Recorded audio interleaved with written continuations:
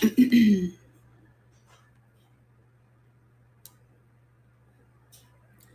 Christine. Are you back from all your travels now?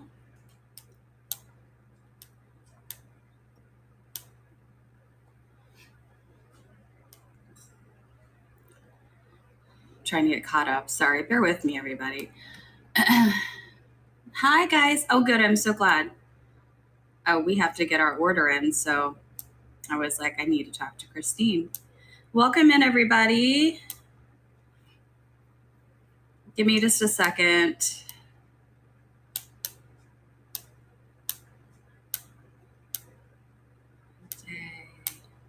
Okay, there's the coupon.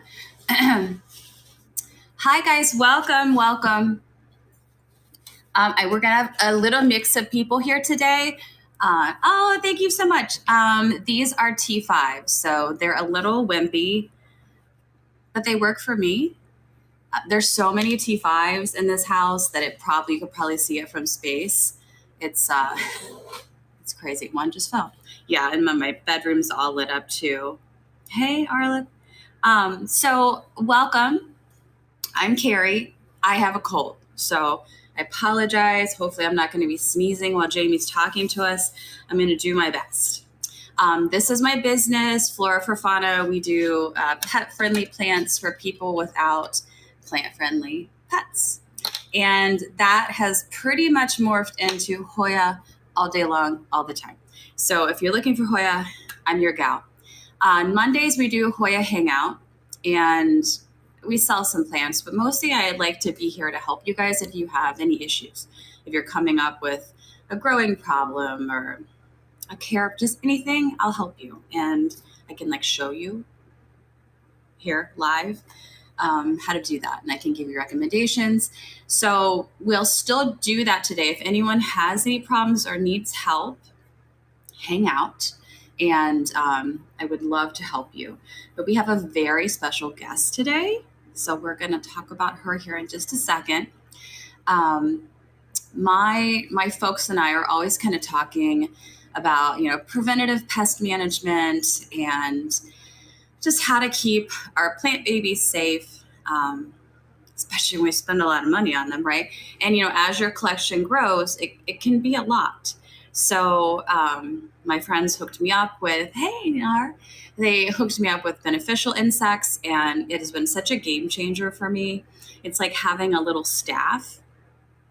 I guess I pay for them, but I don't have to pay them once they're on staff. But it's great. It's like you've got little workers, So I love the beneficial insects. I have recently started a chapter here in South Florida. It's still very small, so if you know anybody in South Florida, please have them join. I would love to have, I know we'll grow, but I'm impatient. I want to grow right now. So yes, please encourage them to join the South Florida DMV chapter, or just any of the DMVs. You guys are going to love Jamie. She is a wealth of information. Hopefully you're going to learn a ton. When we're done, I've got these Papasoniae seeds, and I've been talking about them for a while, and I have a lot of you on a list to get some. I've sent them out to a lot of people, but I haven't got a ton of responses. So we're probably going, it looks like I'm selling something that is not legal, but it is. It's seeds. So we, if you want to hang on after Jamie, we will look at those seeds and maybe at least get one bag out to somebody. Okay, so there is a coupon. You're welcome to claim it. We're also going to start a giveaway. Let's do that now. So we're going to start a giveaway, but we're not here to sell. But if you're looking, so this is a buy. So if you buy a 2-inch starter, I'm going to send you an additional free one. So it's a giveaway. It's going to run for like 30 minutes. All you have to do is follow me and comment. And a lot of you already commented, so we're good to go. Do I use sachets? Do I ever? So many. In fact, I've tried to keep like a lot of the things that I use. Obviously, these bugs they're not with us any longer. But I do try to keep a lot of these things on hand so that I can help my people. But I mean, I am still so new to all of this. And that is why I was so happy that Jamie agreed to come on and tell you guys the real deal. Make me look smarter. Yeah, so that's a great question. We're going to ask Jamie that because I think it's dependent a lot on what size plant, right? Like they have a little guideline on the website. I think it's like, she's going to be able to tell you this. I think it's like a sachet for like 3 to 4 plants or something like that. But when I've got huge plants, yeah, this is the sale room. So I just did packing today, so it's kind of a mess. But I do have some other plants out here, but my babies are in my bedroom. I can watch them like a hawk 24 hours a day. So, okay. So I'm going to read, this is going to be from DMV Beneficials. I'm going to read Jamie's bio to you. Pardon me again. I have a cold, so bear with me. Okay. So Jamie is one of the original co-founders of DMV Beneficials. She's a researcher by profession, like you can tell. She's a smart lady, ensuring journalistic integrity and factual accuracy for companies such as the Smithsonian and National Geographic. That's pretty cool. She has a background in organizational development and sustainable agriculture and serves as the executive director for a nonprofit supporting community-led initiatives in rural El Salvador. Pretty cool. Her work is inspired by the minutiae of micro ecosystems and the intricate interplay of their rhythms and balance. Wow. Oh, that's so great. Yeah, Christy is a dear friend.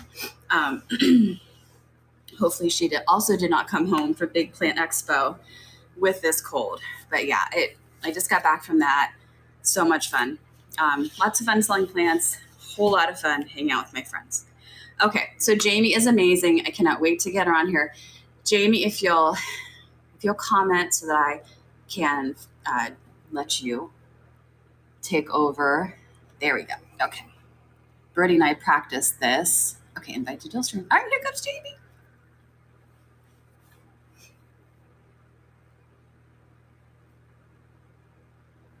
I was like, I know a lot about bags, but very little about technology. Okay, I need to turn you up. Sorry.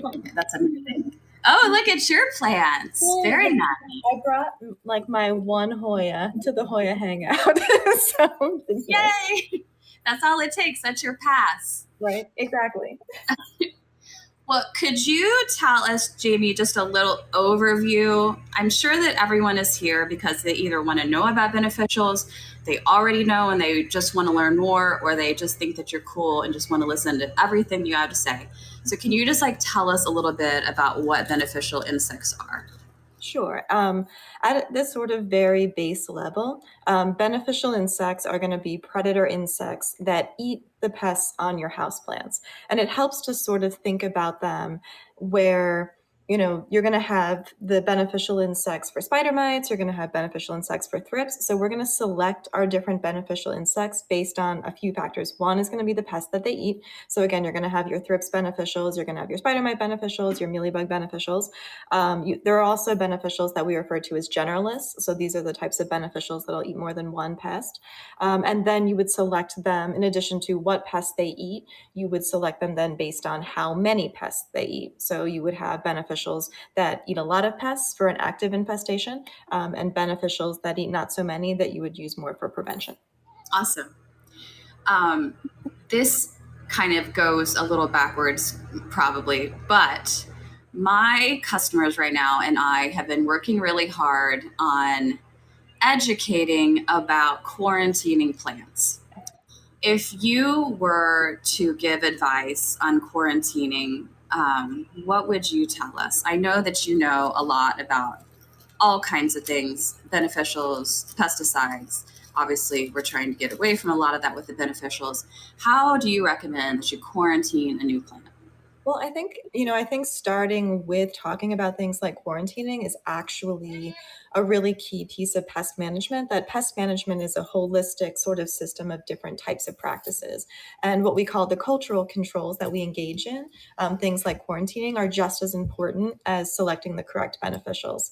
And so The way that I like to think about it, and what I will say a lot, is that pests are embodied. And, when we feel really stressed about them, it can feel like, oh my gosh, they're everywhere. Like, I don't understand sort of what I'm going to do. But they do conform to the laws of reality. And they will, if you are quarantining a plant, it keeps the pest from spreading to your other plants. So, in general, even before we get to talking about quarantining with new plants, one of the first things that I do recommend people do with their plants is to try to keep the spaces more or less static. That I have one, two, three, four, I have 5 cabinets in my living room, and I keep pretty much the same plants in each cabinet. I try not to rotate them all that much. I try not to move the plants around to different cabinets, because this lets me know if in some sort of instance I were to find a pest issue in one cabinet, I can feel fairly confident that it's contained to that cabinet because I haven't been moving my plants around. And we can kind of extend this concept to quarantining, that I then also have one cabinet where my new plants go into this new cabinet. And that way, I know that this is maybe a cabinet that I need to pay a little bit more attention to, that new plants are coming in here. Maybe I'll treat it more regularly with beneficials. I might rinse the sort of leaves a little bit, more often. And in this way, we can kind of have a more informal, but still pretty contained quarantine system. I know that there are a lot of recommendations floating around of quarantine for 2 weeks or quarantine for a month or quarantine. And it's really hard to give specific recommendations like that because there are so many variables. Where did the plant come from? How was it treated before it came to you? Different pests have different life cycles. So for example, thrips eggs can stay dormant within the leaf for up to 90 days. So, now you're looking at a bunch of sort of scary different types of, sort of just time bound, sort of restrictions. And if we can, in general, keep our plants as separate from each other as possible, then we can kind of manage that intake process a little clearer. But for all of that complicated sort of space to say, generally, if you're bringing new plants in, quarantining them for somewhere between 2 weeks to a month, I think is a wise, sort of a wise time period to approach. Yeah, I totally agree. I always recommend holding out as long as you can to repot something, remembering that that plant has been in a dark box. So I ask people to like slowly put them back into the grow light. Don't just slam them under, like a T8 that day, Yeah. and just take the adjustment period really slowly. And then if they can wait 30 days to repot Mhm. them, I would think by then you would start to see something like a root mealy. Yep. You would. It's And hard. another thing to look at too when you get a plant to kind of assess maybe your risk level, is going to be check the plant for signs of damage. How does all of the foliage look? You're looking at both old growth and new growth. What is the overall health of the plant? Do a pretty clear inspection. And then, of course, something that I do stress to people too is buy from sellers that you know and trust. People that you're familiar with, that you have bought plants before. And that can kind of help to, if you can be a little more relaxed about your quarantine procedure if you know the seller and are kind of familiar with the plants that come from them. Yeah, for sure. If you guys have questions, please start asking, and I will try and lead or hand them off to Jamie as they come in. Do you want to give us just a brief overview of the big players that DMV sells? Yeah, I mean, so we can walk through some of the common beneficials that you guys should start becoming familiar with. And I know it's like the names can feel a little confusing at first, but I promise you they will become familiar to you. What we call the star of the show is going to be your lacewing larva. Lacewing larvae are what we call a generalist predator, meaning they're going to eat a variety of different types of pests. And this is really great, and they work great as a support predator for a variety of different pests. So we use them for adult thrips. We can use them as a support predator for spider mites or as a support predator for mealybugs. They're excellent for aphids.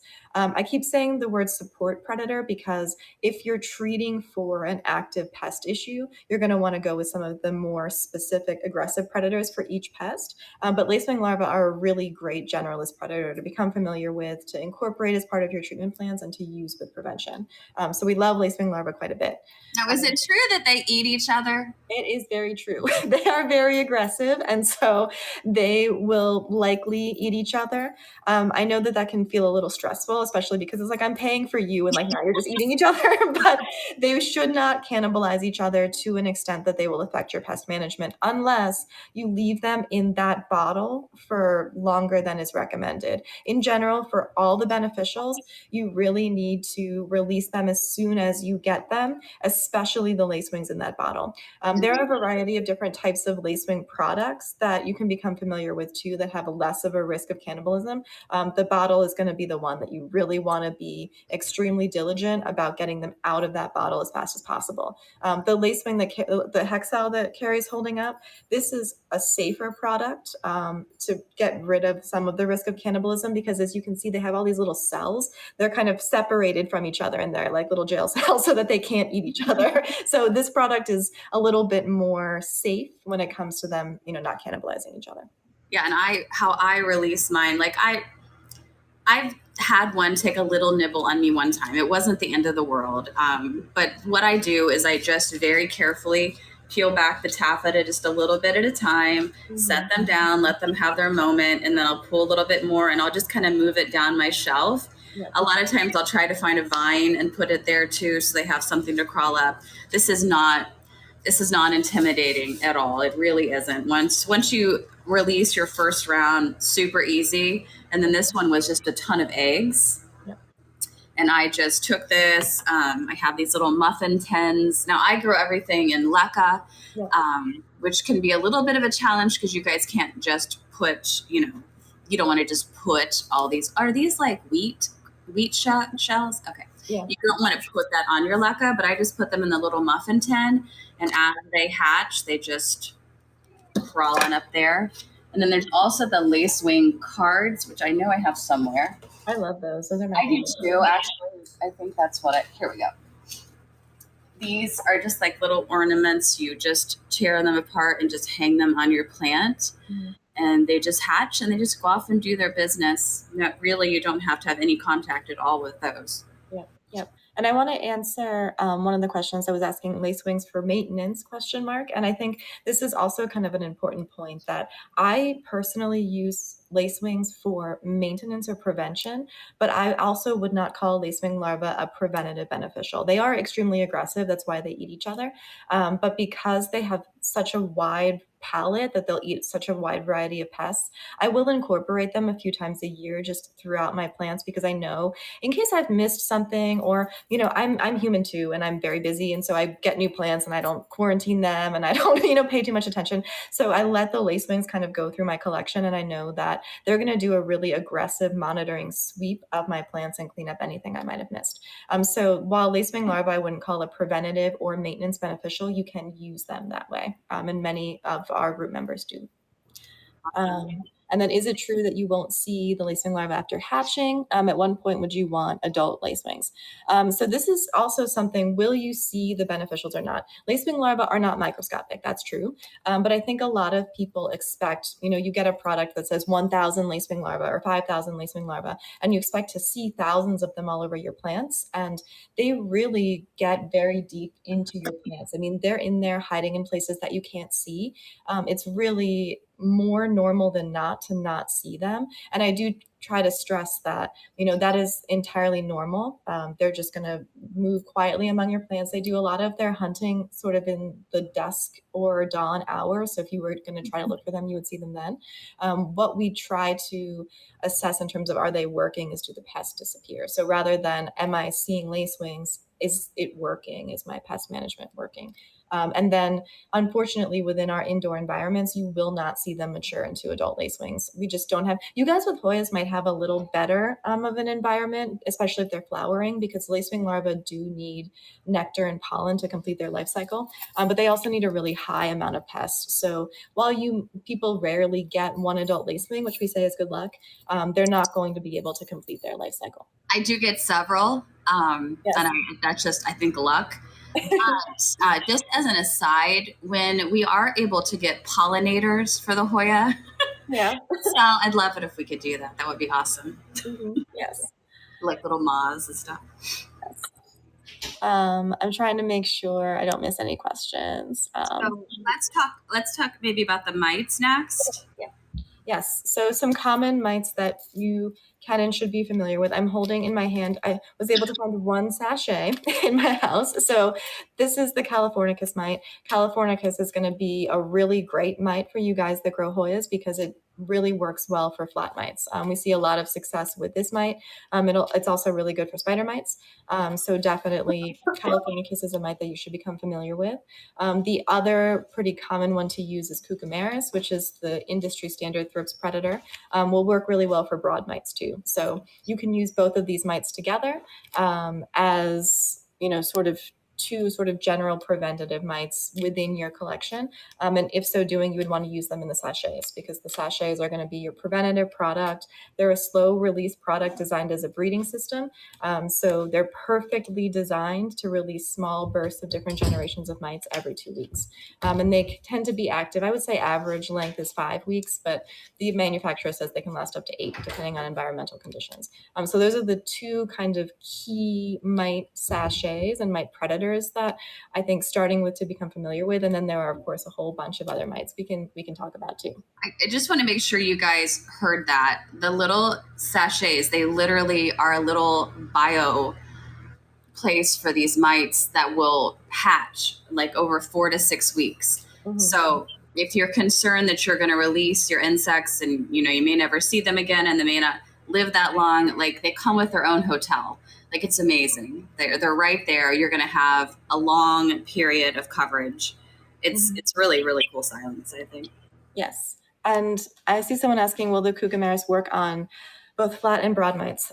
You can use Cucumaris as sort of your sole preventative predator.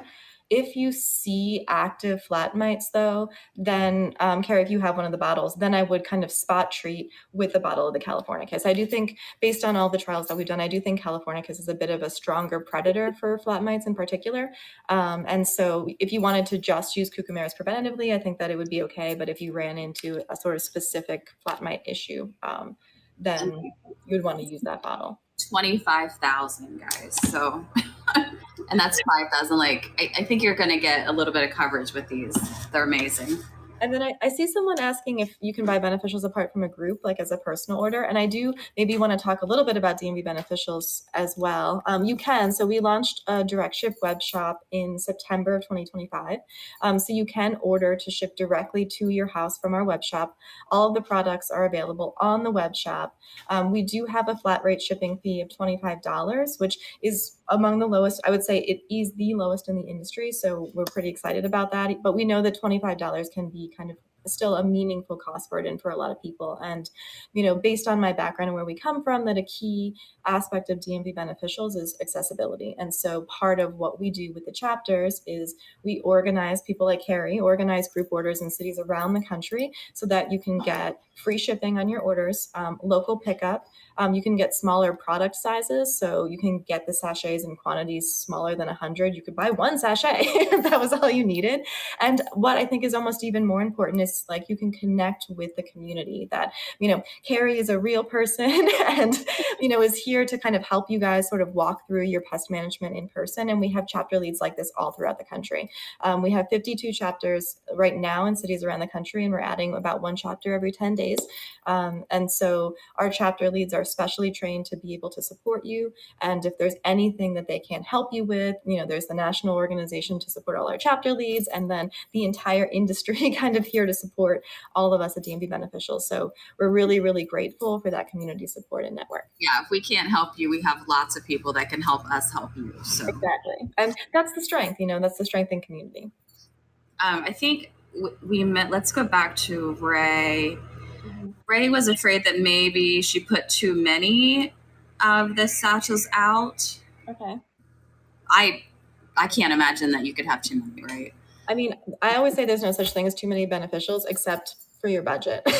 And so we're here to sort of work with you to say, okay, what's the correct amount and how it fits your budget so that you can be effective in your pest management. But generally, I mean, you can put as many beneficials as you want on your plants. They might die, but there's no such thing as too many beneficials. You're not going to harm your plants with them. If I have seen a pest, I buy the already hatched adults So I know they're going to go right in there and hit it hard. And then buying those little satchels, like I said, you get such a long coverage. Yeah. Someone asked about hanging them on plants. Trying to find somebody that has one hung. Right, I can pull some plants out too. I'm going to talk about where it is. See, I am so lazy that I have not hung mine on all of mine because everybody got one. So like they're just stuck in right now, but they're in contact with everything. I often will hang them on a trellis when I'm feeling adventurous. Yeah. Yeah, and I mean, I think application is really important, and I do want to talk about that. So I'm going to pull out some of the larger plants just so that you guys can sort of see what I mean. So we have this very tall anthurium. This is probably about the size of my torso. And so it's a meaningfully long distance for a mite to get from the soil up to the top of this leaf. And so anything you can do to make it easier for the mites to get where they need to go is helpful. So hanging them on a trellis is great because you're getting it closer to the top of a plant. Another thing that you can do, I did bring this one Hoya in part because I wanted to sort of show you, if I were to apply the beneficials only to the top here, I would say it's impossible for them to get all the way down here. So what you can do with hanging plants is you can kind of pull all of your foliage up and just make sure that you're getting the foliage as close as possible. Or I guess if you wanted to hang a sachet down here, you absolutely could do that too. So do just think about things like the size of the plant when you're applying your beneficials. Yeah, probably vining plants are a lot different than those long anthuriums, wouldn't they? Well, yeah. So, slide in there. Okay, and then what is suggested for new plants coming in? I did order nematodes and cucumeris. Is there anything else? I think that that's a great place to start. I personally use pretty much solely cucumeris for prevention on all 200 or so of my houseplants. And I think that they do a really decent job. They're pretty versatile. They control for most of the plants on my houseplants. Again, if I see a pest issue pop up, I'm going to add some other things in. But cucumeris is a great choice. Nematodes also good for things like fungus gnats as well as thrips pupa. Just sort of a good overall preventative beneficial. You could also think about, for those of you who grow in semi-hydro, Stratiolaelaps mites are excellent for your medium. They're going to, again, eat things like fungus gnats and thrips pupa that are in your growing medium. So that would be a solution for the semi-hydro folks because nematodes won't work super well in semi-hydro.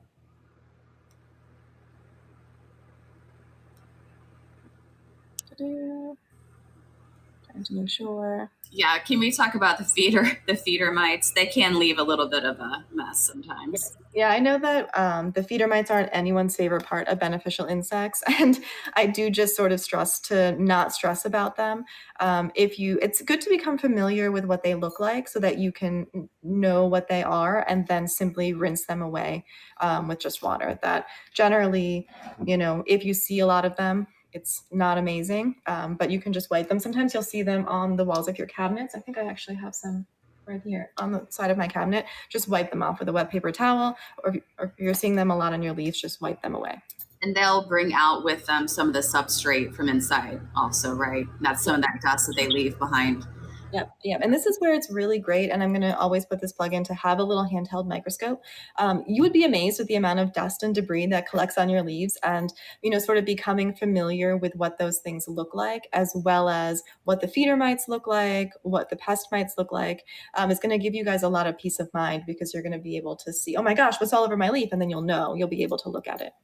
Yeah, and they do cluster the feeders. They scared, even though I know what they look like, they gave me quite a fright the other day because I'd never seen, it looked like an alien with like 20 eyes. They were just, so yes, they do cluster together and they look super weird, but they're harmless. Yeah, they're harmless. You can just wipe them away. If the sachet accidentally gets wet during watering, does it kill the bugs? It depends on how wet. These sachets are kind of waxy, so they're designed to hold up for overhead watering. And I mean, they're used in greenhouses, they're used in the botanical garden, so they're designed to stand up sort of during that type of overhead watering. But you wouldn't want it to be soaked. I mean, anything that gets soaked is probably not going to hold up for it. So just be kind of strategic in terms of timing your application of the sachets and your watering. I'll generally take my sachets off when I water because I top water, and then I'll put the sachets back on. This person says, I recently had thrips and mealybugs in my nursery. If I want to do the most aggressive reset, what would you suggest? So in terms of aggressive mealybug treatment, your best option is going to be Cryptolaemus. If you're growing in a nursery or in a greenhouse, the adults are an excellent choice because they are tiny beetles that can fly throughout the space, hunting and seeking out mealybugs. And especially in a nursery or a greenhouse setting, it's really awesome because you can get generational cycling. So then you get the larvae that then eat the mealybugs that then become the adults again. It's very cool. In our indoor environments, even within a cabinet, I don't find the beetles to work particularly well. They just don't really have the same type of longevity, and they do tend to be kind of messy. So I use strictly the larva form of the Cryptolaemus in indoor environments, and they are just as great. That plant that I actually had out earlier, that big anthurium, I was given because it was an uncurable mealybug plant, and it is obviously cured of mealybug. So I used Cryptolaemus larva on that. It was extremely satisfying and looks great now. It's been multiple years mealybug free. I'm very Yes, I've heard Jamie does like to take on freak plants that can't get rid of their bugs. Send me all of your pest plants. That way I can make content with them because I'm like, I don't have any pests. What am I going to do? Awesome. Yeah. So for mealybugs, Cryptolaemus larva is going to be your best bet. Thrips are a little more complicated because they do take 3 different beneficials to treat due to their life cycle. And there can be variations in that treatment plan depending on the thrips species. Surprise, there's different thrips species.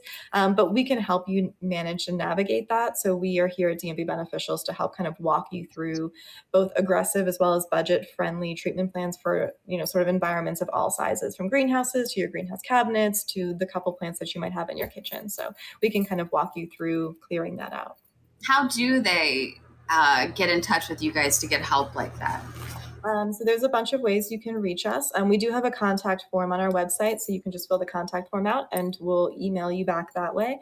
You can just email us directly. It's dmvb@dmvbeneficials.com.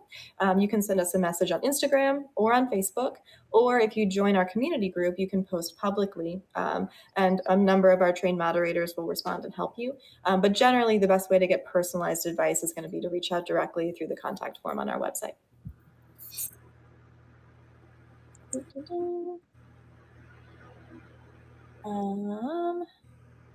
Yeah, can we talk about systemics for a minute and maybe explain what systemics are? 'Cause some people may not know what that is. Yes. So within the houseplant community, when we're talking about systemic, we're generally talking about systemic imidacloprid. And this is a product that specifically within the houseplant community and for the pests that we're dealing with doesn't tend to be particularly effective. From my point of view, any product that causes and increases spider mite populations just immediately is just erased from my sort of list of value add products. And when we're thinking about pesticide products, it may surprise a lot of you to know that I am, not necessarily totally an anti-pesticide person. I don't use them in my home or in my collection, but with our sort of larger commercial clients, there's sometimes space for that. But when we think about using pesticides, we want to ask ourselves a few questions. One, is it effective or not? And many products are not effective. And then a phrase that I use a lot is the value add. So systemic granules with the active ingredient imidacloprid don't really have a true value add because of the fact that they will increase spider mite populations and even cause them. So it's just not a product that I would say is necessary within our plant collections. It also doesn't work particularly well for thrips, even though a lot of people recommend it for thrips. And the level of control that it provides to mealybugs is somewhat limited. It will sort of reduce their populations, but it's not going to get rid of them for you. And so because of that, I tend to recommend not using it either for active infestations, but especially not for prevention. And one of the big things that you can do to improve the overall health of your plant population is going to be to stop using systemic granules preventatively. That there is never a use case to use a pesticide product with an active ingredient preventatively. This would be like taking antibiotics preventatively.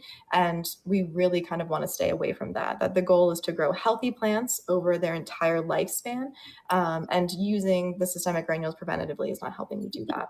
Are there specific use cases where some of these products are warranted? For sure. But generally for us as the sort of average collectors, that I think this is a product that we would all be better off leaving in the dustbin of history. So I would highly recommend, sort of not using that. But one of the questions that does come up sort of after I say things like that is, well, what if I have used it? when can I introduce my beneficials? Let's look at a giveaway with it. Congrats. And so when we're thinking about can we use systemic with our beneficial insects, people do regularly ask, okay, well, how long do I have to wait? How long is it going to be until this product cycles out of my houseplants? And the unsatisfying answer is there just isn't a lot of good research about how long it takes for this product to both cycle out of your soil as well as out of the plant itself. So I do recommend, if you've used it, to repot all of your plants as soon as you can, when you have the bandwidth to do so. But also, you can just sort of go ahead and get started with your beneficial insects, even if you've used imidacloprid in your growing medium. It will have sort of downstream effects on the beneficials for some time. How long that amount of time is really hard to say. But I think it is worth it to get started with your beneficial insects rather than trying to wait for the perfect time when the systemic granules are going to be gone entirely from your plant, because it's impossible to say, sort of what that time period is going to be. Joy, I am supposedly, if I get on my desktop, I might be able to download this. So I'm going to try, but I haven't done it before. But I will try to download this live because it is informative. Thank you. Yes. Sorry, I'll answer. We'll get some more questions then. Yeah, that's okay. Oh yeah. So talking about the mealybug destroyers, how they worked on different types of mealybugs. Mm-hmm. Yeah, there are all sorts of different types of mealybugs. And so different beneficials will work differently on different species of different mealybugs. And so again, as we sort of get into some of those more specifics, we tend to see the same different types of species of mealybugs within the houseplant community, things like the citrus mealybug or the long-tailed mealybug. But we are always here to sort of, again, work more precisely with you guys. We always stress, send us photos of the pest that you're seeing. This is not just to get specific pest ID, like a specific species ID, but also to make sure that, we're all sort of on the same page of what we're dealing with. So we love to see photos of the pests that you're seeing. We also love to see photos of the damage that you're seeing. We can help identify pests by just the damage. And even if you don't have a picture of the specific pest you're seeing, we can put together even recommendations that will cover a variety of thrips species. So for example, you're like, I have thrips, I don't have a picture, I don't know what species I have. We can make recommendations that are more general to cover a wider variety of thrips species. And we can kind of help you navigate all of those spaces.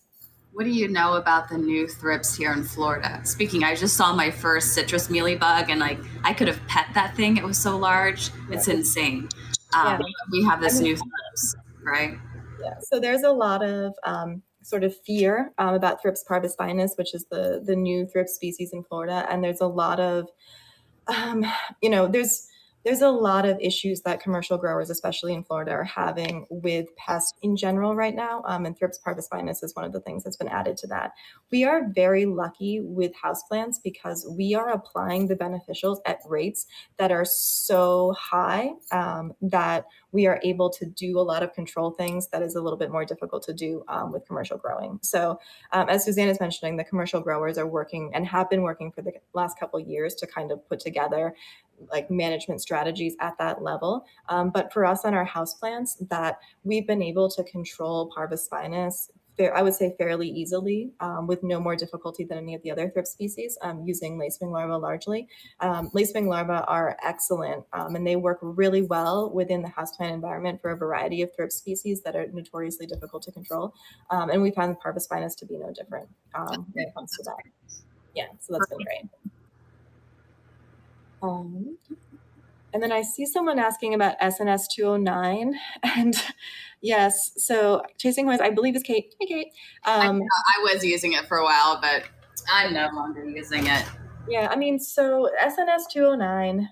Then if we're talking about ways that we assess benefit or pesticides, value add, is it effective? Does it harm your beneficials? Is it going to take away from your beneficials? And is it safe to use? And I tend not to go too hard against SNS 209 because it is relatively harmless. I think it is also relatively ineffective.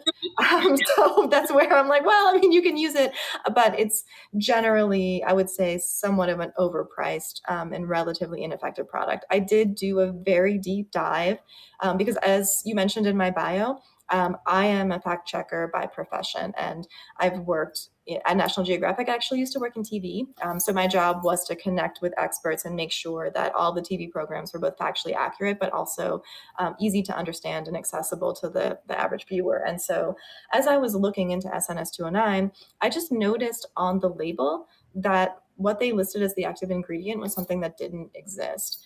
And I went down a rabbit hole with this. I called the NPIC, the National Pesticide Information Center, and they didn't know what to tell me. And they connected me with the sort of rosemary expert. I forget which university it was. And I talked to him.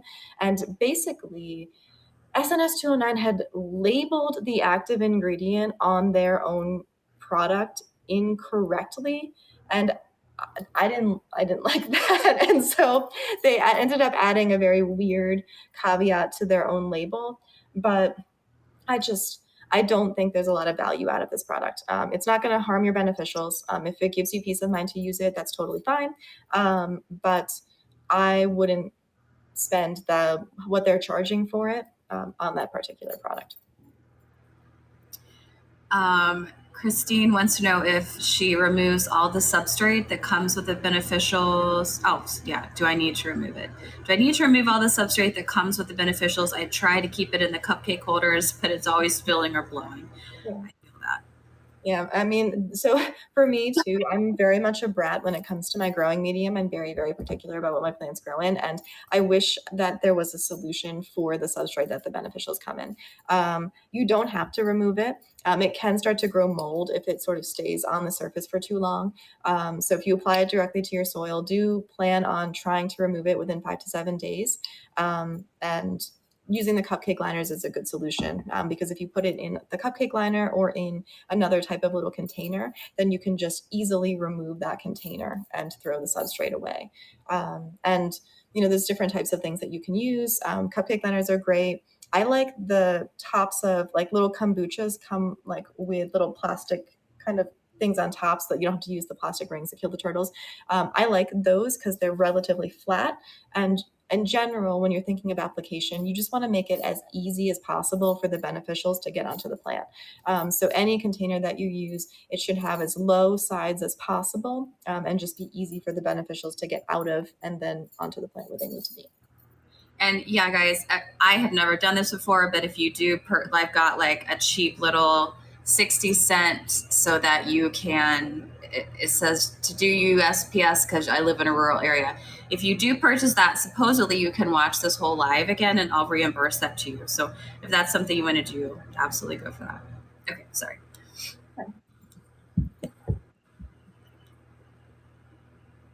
Yeah, the rose. So there is no extract of rosemary in that SNS. Yeah, I mean, it's not a quality product.